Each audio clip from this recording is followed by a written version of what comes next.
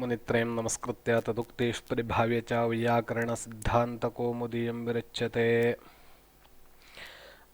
इदानीं सूत्रं पठामः।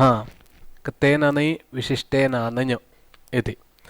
कतेन नै विशिष्टेन अनै इति पदच्छेदः चतुष्पदात्मकं सूत्रं। कतेन इति कता इत्यस्य तृतीया विभक्ति एकवचनं। कता इत्यनेन कता प्रत्ययः कृत् प्रत्ययः स्वीक्रियते। प्रत्ययग्रहणपरिभाषया तदन्तग्रहणं। नै इति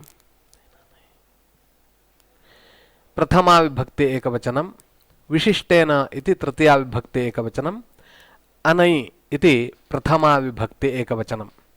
अनै इत्यत्र न नै अनै इति नै इति सूत्रेण नै तत्पुरुषसमासः। सः सुपा इति सूत्रमनुवर्तते। विभाषा इति च तत्पुरुषः इति अधिक्रियते। पूर्वकालैकसर्वजरत्पुराणनवकेवलाः समानाधिकरणेन इति सूत्रात् समानाधिकरणेन इति पदमनुवर्तते। एवञ्च नै विशिष्टेन क्तान्तेन अनेक्तान्तं समस्यते इति सूत्रार्थः। प्रत्ययग्रहणपरिभाषया तदन्तं गृह्यते इति उक्तं। नै विशिष्टेन क्तान्तेन अनैक्तान्तं समस्यते इति। अत्र कश्चन दोषः जातः। तेन नै विशिष्टेन अनै इति पदच्छेदः त्रिपदं सूत्रं। नञा विशिष्टः नै विशिष्टः तेन नै विशिष्टेन इति। कृताकृतम् इति अस्य सूत्रस्य उदाहरणम्। अत्र पश्यतु। कृतञ्च तदकृतञ्च इति लौकिकविग्रहवाक्यम्। कृता इति क्तान्तमस्ति, अकृता इति नैविशिष्टक्तान्तमस्ति। अतः नैविशिष्टेन क्तान्तेन अकृता इति नैविशिष्टं क्तान्तं तेन अनेक्तान्तं कृता इति क्तान्तं नैरहितं क्तान्तं समस्यते। समासे कृतञ्च तदकृतञ्च इति लौकिकविग्रहवाक्यं, कृत सु अकृत सु इति अलौकिकविग्रहवाक्यं। कृत सु अकृत सु इति स्थिते तेन नै विशिष्टेन नञ् इति सूत्रेण समासः समानाधिकरणसमासः। सुपो धातु प्रातिपदिकयोः इति प्रातिपदिकावयवयोः सुपोः लुकि कृत अकृत इति अस्ति। इदानीम् अकः सवर्णे दीर्घः। अकः सवर्णे अचिपरे पूर्वपरयोः एकः दीर्घः आदेशः स्यात् इति सवर्णदीर्घे कृताकृत इति जाते। इदानीम् अयं समासः इति कृत्वा कृत्तद्धितसमासाश्च इति सूत्रेण प्रातिपदिकसंज्ञायां प्रथमा विभक्ति एकवचनविवक्षायां सुप्रत्यये सोऽवजस् नपुंसकलिङ्गे परवल्लिङ्गं द्वन्द्वतत्पुरुषयोः इति द्वन्द्वे तत्पुरुषप्रकारणे च परपदस्य यल्लिङ्गं भवति तत् विशिष्टात् भवति। प्रकृते कृतं च तदकृतं च अकृतम् इति नपुंसकलिङ्गे प्रयुक्तमस्ति। अतः समासानन्तरं कृताकृत इति विशिष्टं पदमपि नपुंसकलिङ्गे भवति परवल्लिङ्गं द्वन्द्वतत्पुरुषयोः इति सूत्रेण। तदनन्तरं सु इत्यस्य अतोम् अदन्तादङ्गात् परस्य स्वमोः अं स्यात् इति अमागमे कृताकृत अम् इति जाते। अमि पूर्वः अकः अमि अचिपरे पूर्वरूपमेकादेशः स्यात् इति पूर्वरूपे कृताकृतम् इति रूपं सिद्ध्यति। अग्रे एकं वार्तिकमस्ति। शाकपार्थिवादीनां सिद्धे उत्तरपदलोपस्य उपसङ्ख्यानम् इति। शाकपार्थिवः इति रूपं साधनीयमस्ति। शाकपार्थिवः इति एकमेव रूपं न, बहूनि रूपाणि साधनीयानि सन्ति। तादृशरूपाणां साधनीये उत्तरपदस्य लोपः वक्तव्यः इति वार्तिकमिदं ब्रूते। तथा हि शाकपार्थिवः इति उदाहरणं। शाकपार्थिवः इत्यत्र शाकः प्रियः यस्य सः शाकप्रियः। शाक इत्युक्ते वेज्। शाकः प्रियः यस्य सः शाकप्रियः। शाकप्रियश्चासौ पार्थिवश्च इति लौकिकविग्रहवाक्यं। बहुव्रीहिगर्भः विशेषणसमासः अत्र आश्रियते। अत्र पूर्वखण्डे बहुव्रीहिसमासः शाकप्रियः इति। तत्र उत्तरपदं प्रिय इति। अतः शाकपार्थिवादीनां सिद्धे उत्तरपदलोपस्य उपसंख्यानम् इति वार्तिकेन प्रियशब्दस्य लोपे शाकपार्थिव इति भवति। तत्र सुबन्तकार्ये शाकपार्थिवः इति शाकप्रियसु पार्थिवसु इति अलौकिकविग्रहवाक्यम्। आदौ शाकः प्रियः यस्य सः इति शाकप्रियः इति रूपं साधनीयं। तद्रूपं बहुव्रीहिसमासे वर्तते। ततः शाकप्रियश्चासौ पार्थिवश्च, नाम पार्थिवः इत्युक्ते ईश्वरः, पृथिव्याः अयं पार्थिवः ईश्वरः नाम स्वामी राजा वा। शाकप्रियश्चासौ पार्थिवश्च इति लौकिकविग्रहवाक्यं, शाकप्रियसु पार्थिवसु इति अलौकिकविग्रहवाक्यं। शाकपार्थिवादीनां सिद्धे उत्तरपदलोपस्य उपसंख्यानम् इति वार्तिकेन समासः। एवं शाकपार्थिवादीनां सिद्धे उत्तरपदलोपस्य उपसंख्यानम् इति वार्तिकेन प्रिय इति उत्तरपदस्य लोपः वक्तव्यः। लोपे सुपोधातुप्रातिपदिकयोः इत्यनेन सुब्लुकि, विशिष्टात् कृत्तद्धितसमासाश्च इत्यनेन प्रातिपदिकसंज्ञायां सुबुत्पत्तौ वृत्ते विसर्गे च शाकपार्थिवः इति रूपं सिद्ध्यति। एवमेव देवब्राह्मणः इत्यत्रापि द्रष्टव्यम्। देवब्राह्मणः इत्यत्र देवाः प्रियाः यस्य सः देवप्रियः, देवप्रियश्चासौ ब्राह्मणश्च इति देवब्राह्मणः इति रूपं सिद्ध्यति। प्रक्रियादिकं पूर्वोक्तदिशा द्रष्टव्यम्। अग्रे सूत्रं सन्महत्परमोत्तमोत्कृष्टाः पूज्यमानैः इति। सन्महत्परमोत्तमोत्कृष्टाः पूज्यमानैः इति पदच्छेदः द्विपदं सूत्रं। सन्महत्परमोत्तमोत्कृष्टाः इति प्रथमा विभक्ति बहुवचनं, पूज्यमानैः इति तृतीया विभक्ति बहुवचनं। संश्च महांश्च परमश्च उत्तमश्च उत्कृष्टश्च सन्महत्परमोत्तमोत्कृष्टाः इति चार्थे द्वन्द्वः इति सूत्रेण अत्र इतरेतरयोगद्वन्द्वः समासः। पूर्ववत् सहसुपा इति अनुवर्तते, विभाषा इति तत्पुरुषः इति अधिक्रियते, पूर्वकाले केति सूत्रात् समानाधिकरणेन इति अनुवर्तते। एवञ्च सन्महत्परमोत्तमोत्कृष्टाः पूज्यमानैः इति सूत्रस्य अर्थः सन्महदादयः नाम सन्महत्परम उत्तम उत्कृष्ट इति एते शब्दाः समानाधिकरणैः समस्यन्ते, सः तत्पुरुषः।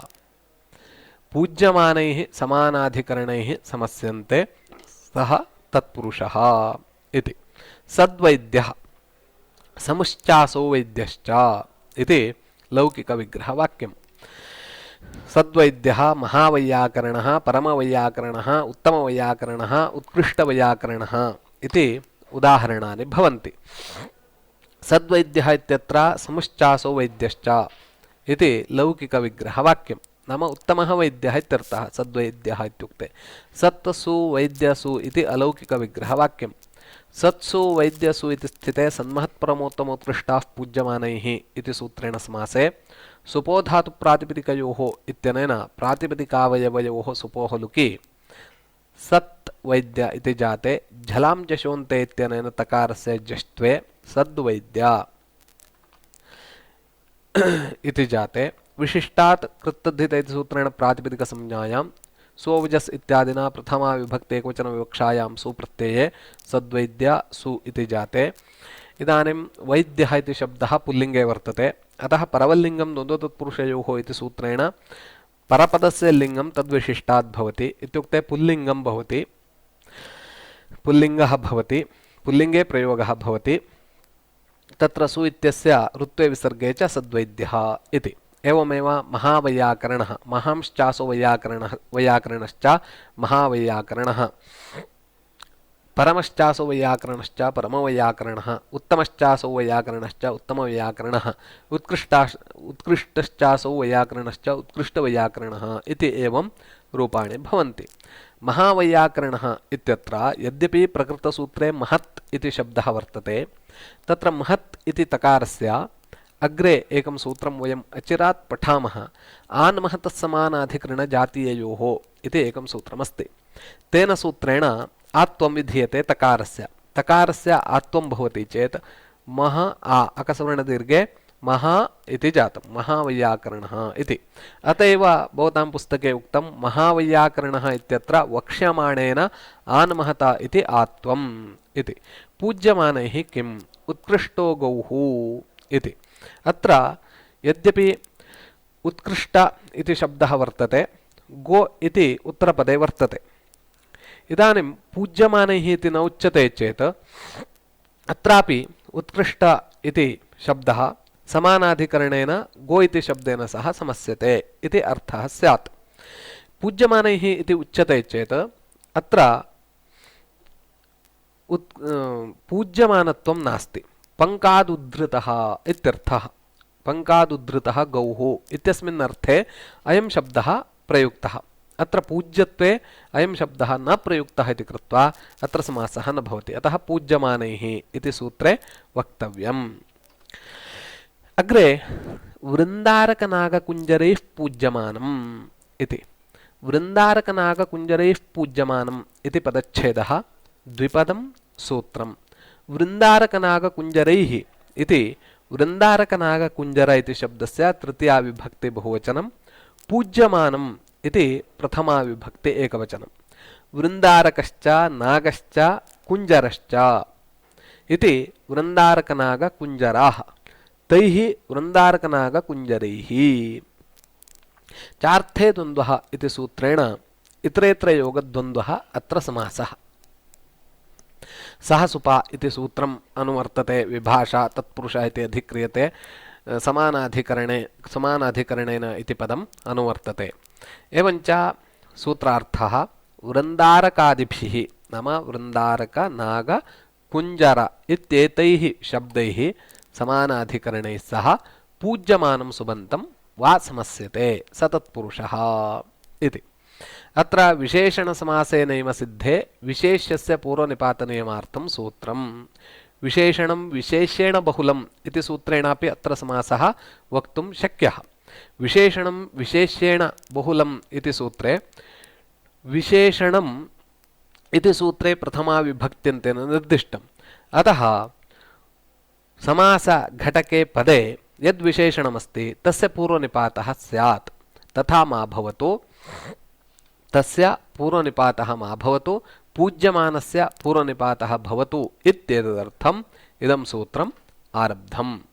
व्याघ्रादेः आकृतिगणत्वादेव सिद्धे सामान्यप्रयोगार्थं वचनम्।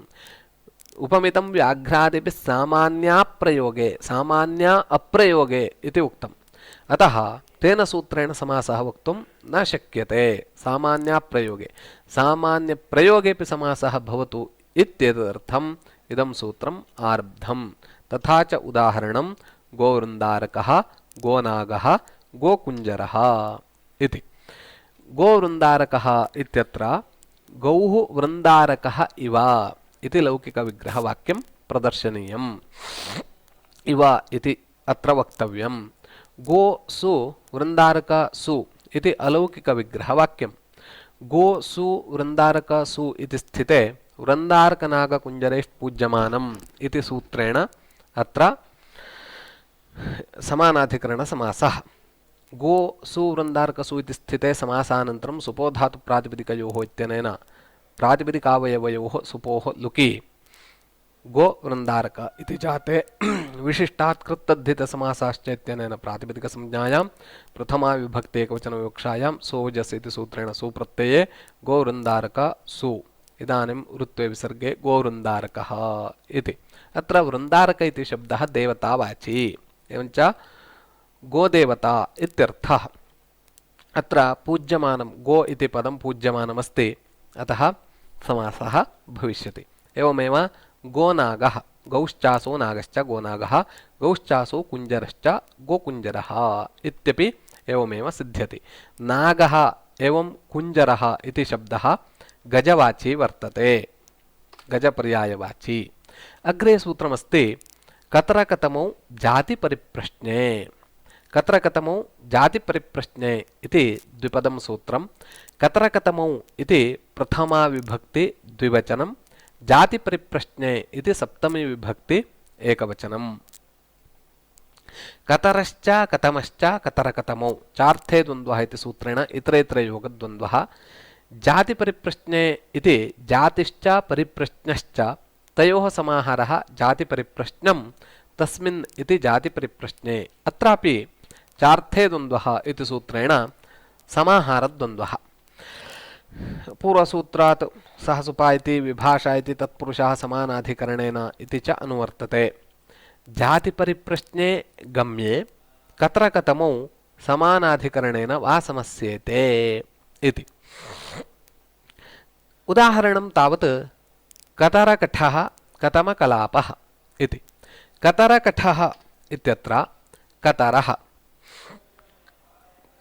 अनयोः कः कठः अनयोः कठः कः इति विग्रहे किम् इति शब्दात् किम्यत्तदो निर्धारणे द्वयोरेकस्य डतरच् इति डतरच् प्रत्ययः तत्सर्वं मास्तु सम्प्रति अग्रे वयं आगामी मध्ये तत् पश्यामः कतर इति रूपं डतरच् प्रत्यये कतर किं शब्दात् डतरच् प्रत्यये कतर इति शब्दः निष्पद्यते कतर कठ इति अस्ति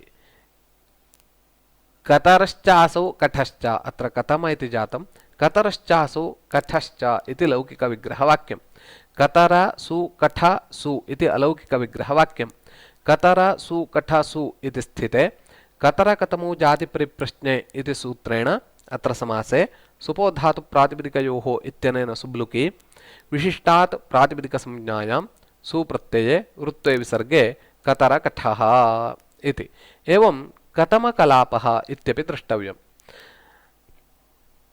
कतमकलापः इत्यत्र एतेषां